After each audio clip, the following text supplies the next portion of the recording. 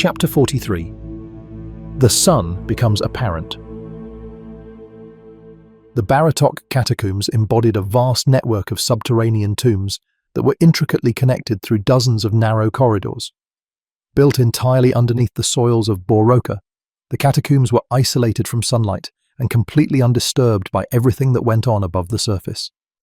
It had been said that the sole caretaker of the immense structure, which was almost the size of the castle itself, started his daily round of changing candlelights when the sun set, and by the time every single one was replaced, he could start over again. Cato had been to Rokan more than a dozen times, but never visited the final resting place of over 40 Baratok clan members before. It wasn't that he didn't have the permission to enter. As the voice of Aemon Everlong, King Aefra had always treated him with the same honour as the one he represented. But just because a place could be visited didn't automatically mean that it should. The catacombs were of great personal significance to the king.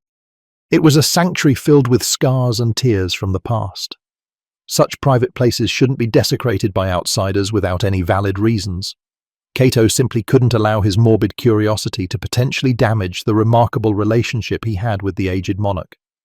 The last time he gave in to such feelings, he unintentionally returned home with 2 foundlings from Ambria. He had been staring at a 10-foot-tall marble statue for over 2 hours when he heard the echo of a slow gate grow louder. 10 more agonizingly long minutes went by before the footsteps finally silenced at the entrance of the tomb behind his back. He made no effort to turn around and kept his eyes fixed on the sculpted depiction of someone he might have seen in a mirror before at one point in time. The footsteps slowly approached him while dying candles along the way were blown out and replaced with new ones. Al-Shazir Astar, Cato said quietly. His voice was coarse and gravelled, as if it hadn't been used in ages. the sunset night. The illuminated stumps around Cato extinguished one by one in thin pillars of black smoke. For a few short seconds, the statue was embraced by a cloak of darkness before it was graced again by the reborn light. From the moment he came into the world, people said that his right eye resembled a sunrise while his left was akin to a sunset. His sunrise lost light in an accident when he was young, Aefra said solemnly, and continued to replace the rest of the candles in the chamber. What made you visit the resting place of my kin after all this time, Dombini? Cato chuckled, though it didn't exactly sound joyous. Dombini, He repeated. my boy. He lowered his eyes to the text that was etched into the pedestal. Arden Baratok. Letting the name pass his lips was almost enough to bring tears to his eyes. He died the year I was born. The very same day even. My son died so that his son could live. Aefra put a fist to his palm and lowered his head with his eyes closed. He murmured a few words under his breath and raised his chin, finally having found the courage to look the statue in the eyes after more than 23 years. Dom Hasobeni, He said through quivering lips. he was your age when he was taken from me. You must really hate me then. Cato said, also raising his eyes to face the statue that looked exactly like him. You don't know what you're saying. The sun becomes apparent when the sun becomes apparent. The king looked to his side and was met with the wild shimmering of both the sunrise and sunset. The light of my life shines through you. He removed the crown from his head and lay it on the altar before the statue. All my life, I have tried to convince myself I wasn't dumped at the orphanage because I was unwanted. I would tell myself that my parents were alive and well, living happily together, somewhere far removed from the child they had somehow forgotten about. It made my life easier to cope, being able to hang on to the hope that one day I may come across my parents in a serendipitous twist of fate. A part of me always clung to the fantasy that they would recognize me then and there, and embrace me into their lives as if nothing ever happened. Cato held his eyes on the 8-pointed crown that twinkled in the flickering candlelight as the draught of a frigid wind passed through the catacombs in a blood-curdling wail. He saw a deformed image of his face in the distorted reflection of gold and titanium, mockingly grinning at the naivety of his story. But then I became a parent myself, and I suddenly realized, Perhaps I was unwanted after all. Boreas, Phyllis and Simon were their names. Little fucking cunts. His face turned grim for less than a second, as if the shadow of a great evil passed by to eclipse the light from him. They sucked the joy out of my life like leeches with a hunger that could never be satiated. I despised my children.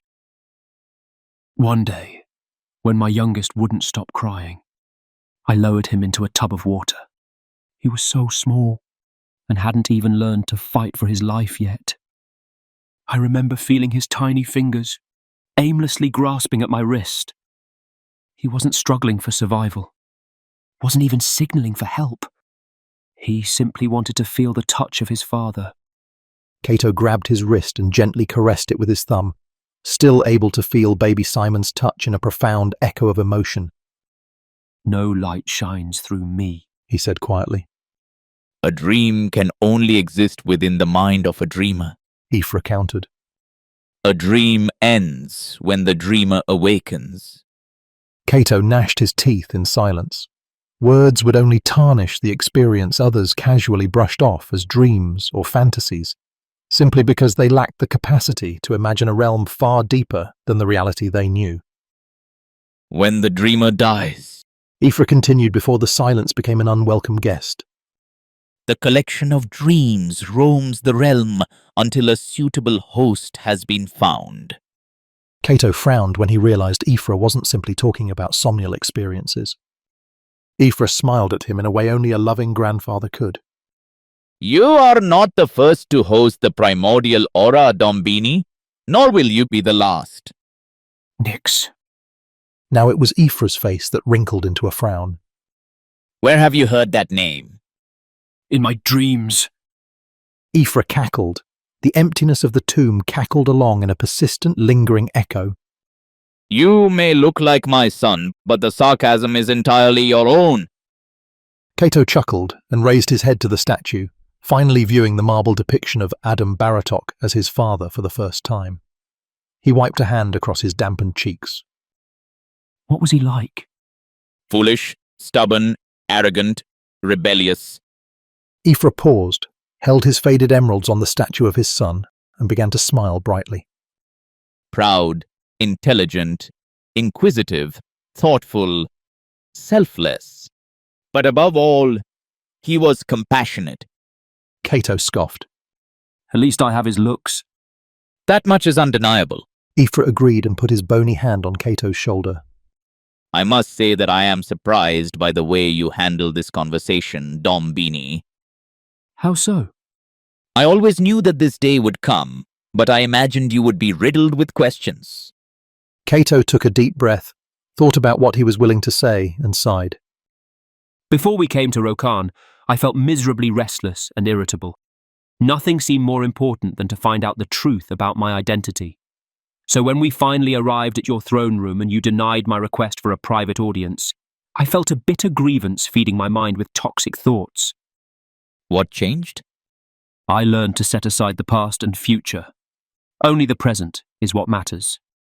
Aoife smiled. Love does that to a person. Cato nodded contentedly with his eyes closed. It doesn't make a difference to know where I come from. Regardless of my lineage, I am who I am. The past shouldn't hold the power to change the future. You sound exactly like a dear friend of mine. It runs in the blood, doesn't it? Aoife flinched and stared at his grandson wide-eyed. Cato laughed. You call me Dombini. Eamon calls me my boy. Must be a grandfather's trait. How long have you known? Son of the sunset, born from the womb of darkness. Shine upon mankind. Cato started tapping his elbow with 3 fingers. It is a poem that Minari Oniyume recited to me when we first met. But I am a slow learner and only managed to put the pieces together when Jackdaw Blackshaw and Saraki of the Sand referred to me as a Baratok.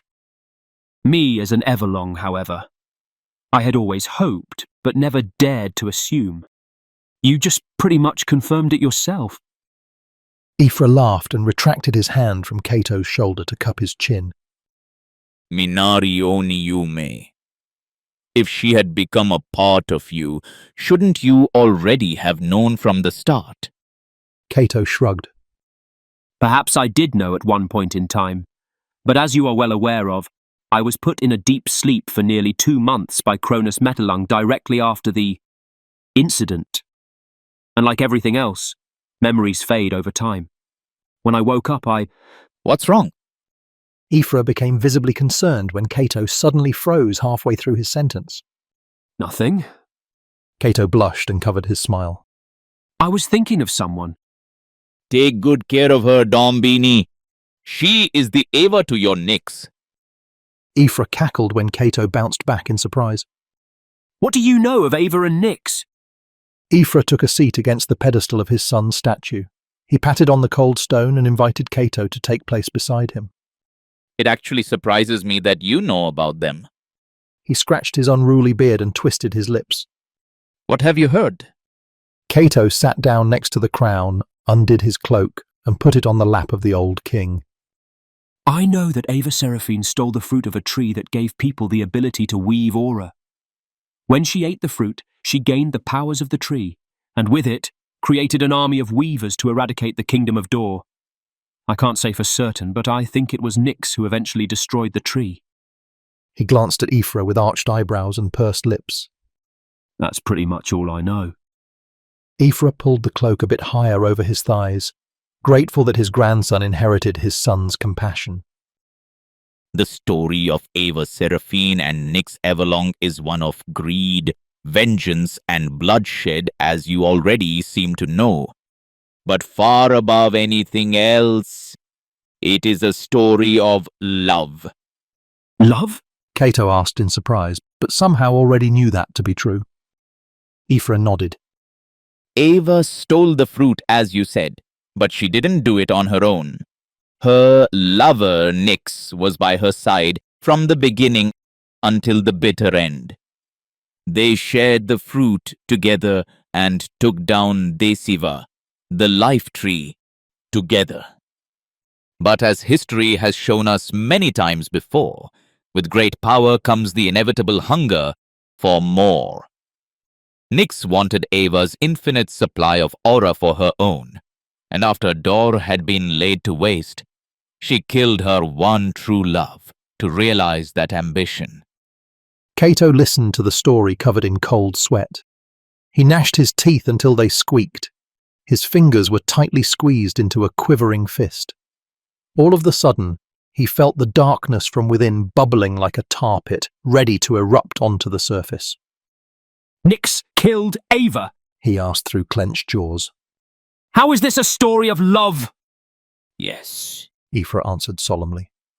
It's been said that Ava willingly let Nyx ingest her so that they would be united forever. Not exactly the sort of love I had in mind. Well, Dombini, you shape your own destiny. Ephra glanced to his side, put a hand on Cato's knee, and patted it a few times to steady the involuntary shivering. He picked up the crown that sat between him and his grandson and shared the cloak as a blanket. The Everlong clan has held the undivided power of Desiva for centuries. Ava was elevated to a goddess, while the heinous act of Nyx was kept a secret and omitted from writings and chronicles. As time passed, the name of Nyx Everlong gradually faded from history altogether. It turned out that when a host of the primordial aura died, the energy would seek out a new vessel within the bloodline to inhabit. The transfer of power remained intact for many generations until Anna Everlong passed away.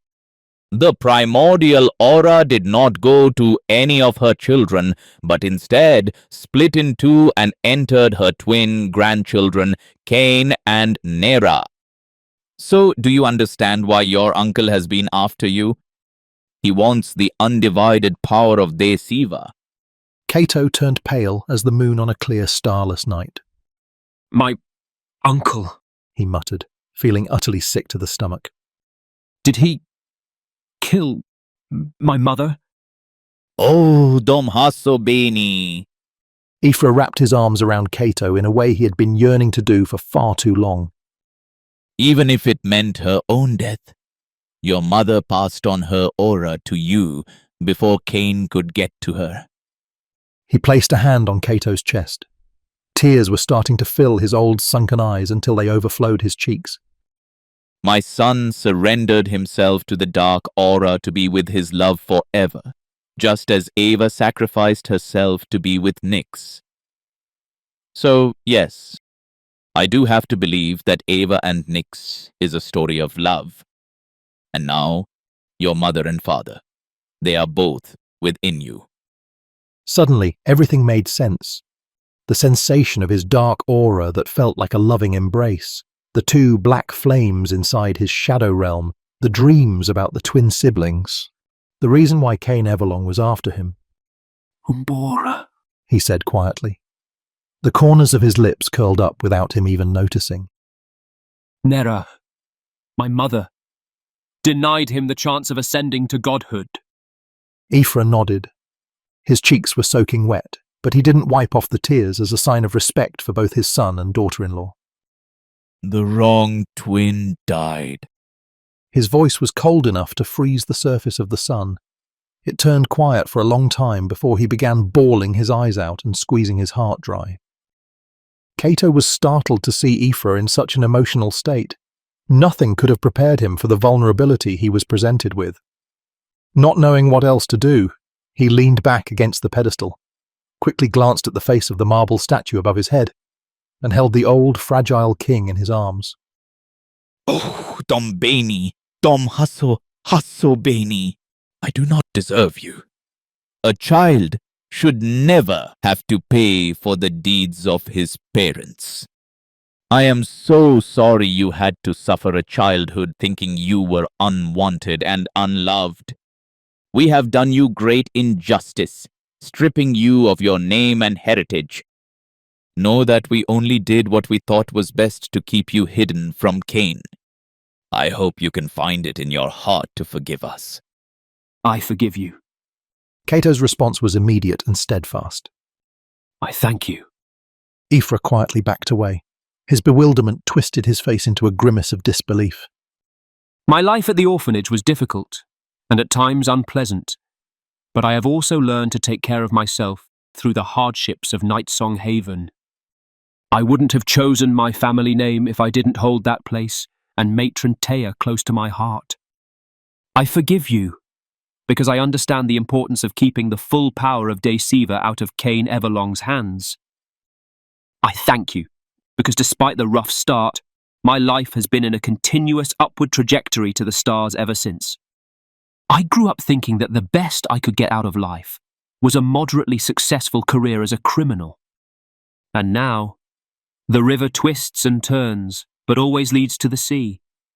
All one can do is to float along with the stream, carried by the current, driven by the wind, and guided by the stars.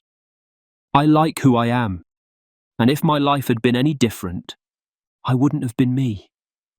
Ephra flinched and held on to his surprise for a while, but eventually chuckled a few times before bursting into a full-blown laughter. And you say no light shines through you. My beautiful boy, you are the light. Cato grabbed Ephra by the shoulders and reeled him in for an embrace. They remained silent for a good while, simply appreciating each other's existence. What will you do now that you know who you are? Ephra finally asked, still half buried inside Cato's arms. What do you mean? Ephra tapped the metal atop his head. It is yours by right. Now that Cain has found you, there is no reason to keep your name a secret. Cato broke off the embrace and sucked his teeth. I offered the terms on Marcus's behalf, knowing full well what that meant. The crown is not my destiny. It will probably remain yours until the day your great-grandson takes over. And for what it's worth, I do think that you will live to see your great-grandson succeed you. The term you reluctantly accepted was only meant as a statement to show all of Malachi that Marcus has your confidence. Ephra chuckled. My great-grandson, he said and raised his eyes to the marble statue of his son. I'm guessing you won't adopt the Baratok name then? I won't. Baratok, Everlong, Knight. In the end, I am, and always will be, Cato of Moonshield. It's more than enough for me to know what blood flows through my veins.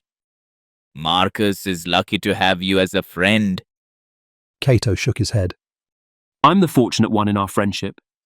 He paused and allowed his thoughts to roam free for a while. What makes you so sure he will give you a great-grandson as opposed to a great— Because a Garovi always produces male offspring. Ephra intervened before he was forced to hear the word that had cursed his bloodline 3 times already. Everyone knows that. He snorted and wrinkled his nose, knowing all too well what he just said. Whatever it is you have on your mind, that information is not mine to share. She said that I awakened her powers 10 years ago. Cato said solemnly, unable to stop thinking about the similarities between Maya and Ava. But I don't understand how. Aemon wanted you to discover everything by yourself and to become your own person regardless of your heritage. But that luxury is taken from us now that Cain has finally started making his moves.